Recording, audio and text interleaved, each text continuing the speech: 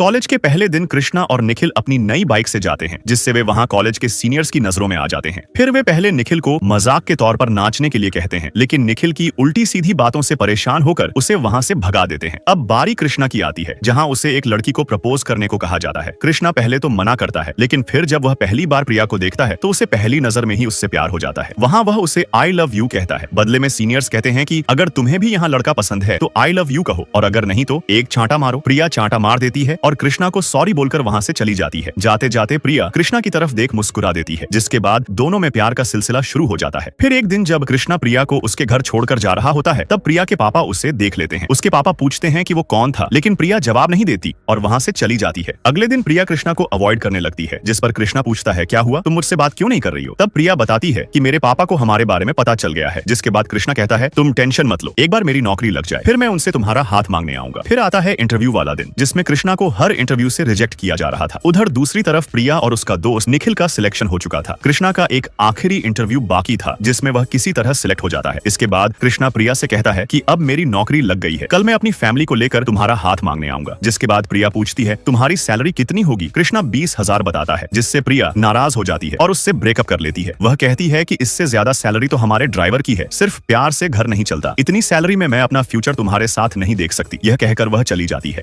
आगे क्या हुआ देखने के लिए चैनल को सब्सक्राइब करें और कमेंट में अपना नाम जरूर लिखें।